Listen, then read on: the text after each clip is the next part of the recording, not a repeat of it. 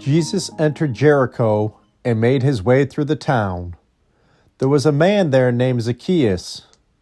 He was one of the most influential Jews in the Roman tax collecting business, and he had become very rich. He tried to get a look at Jesus, but he was too short to see over the crowds.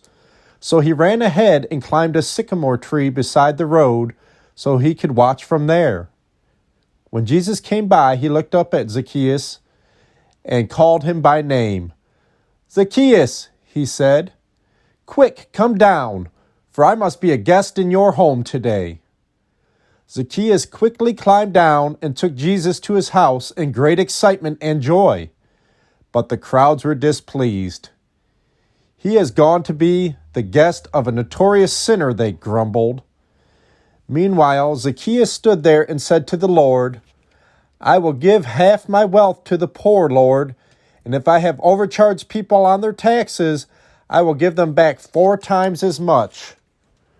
Jesus responded, "Salvation has come to this home today, for this man has shown himself to be a son of Abraham, and I, the Son of Man, have come to seek and save those like him who are lost." The crowd was listening to everything Jesus said, and because he was nearing Jerusalem, he told a story to correct the impression that the kingdom of God would begin right away. He said, "A nobleman was called away to a distant empire to be crowned king and then returned. Before he left, he called together 10 servants and gave them 10 pounds of silver to invest for him while he was gone. But his people hated him and sent a delegation after him to say they did not want him to be their king.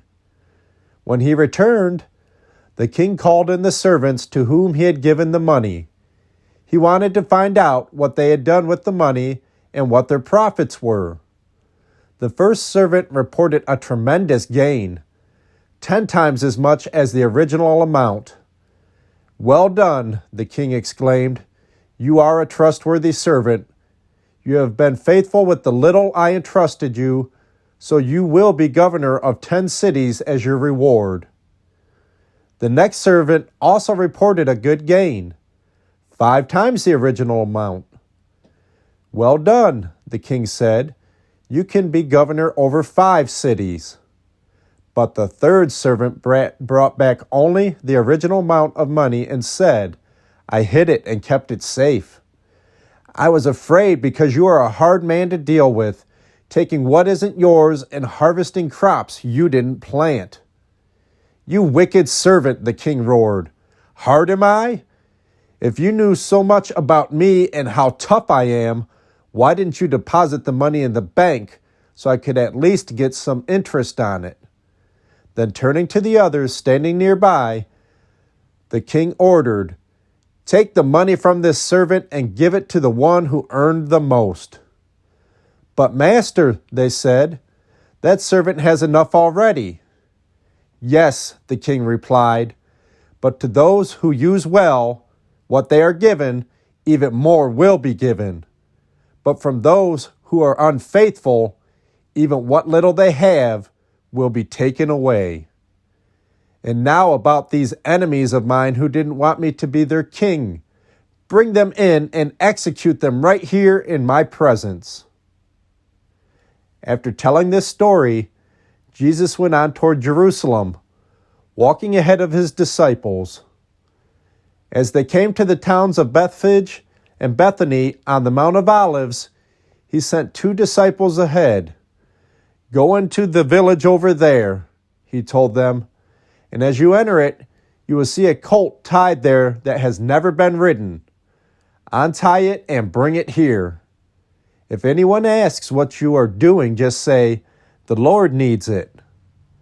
So they went and found the colt just as Jesus had said, and sure enough, as they were untying it, the owners asked them, "Why are you untying our colt?" And the disciples simply replied, "The Lord needs it." So they brought the colt to Jesus and threw their garments over it for him to ride on. Then the crowd spread out their coats on the road ahead of Jesus. As they reached the place where the road started down from the Mount of Olives, all of the followers began to shout and sing as they walked along, praising God for all the wonderful miracles they had seen. "Bless the King who comes in the name of the Lord, peace in heaven and glory in highest heaven." But some of the Pharisees among the crowd said, "Teacher, rebuke your followers for saying things like that." He replied, "If they kept quiet, the stones along the road would burst into tears." But as they came closer to Jerusalem and Jesus saw the city ahead, he began to cry, "I wish that even today you would find the way of peace, but now it is too late and peace is hidden from you. Before long, your enemies will build ramparts against your walls and encircle you and close in on you. They will crush you to the ground and your children with you. Your enemies will not leave a single stone in place because you have rejected the opportunity God offered you." Then Jesus entered the temple and began to drive out the merchants from their stalls. He told them, "The scriptures declare, 'My temple will be a place of prayer,' but you have turned it into a den of thieves." After that, he taught daily in the temple, but the leading priests, the teachers of religious law, and the other leaders of the people began planning how to kill him. But they could think of nothing because all the people hung on every word he said.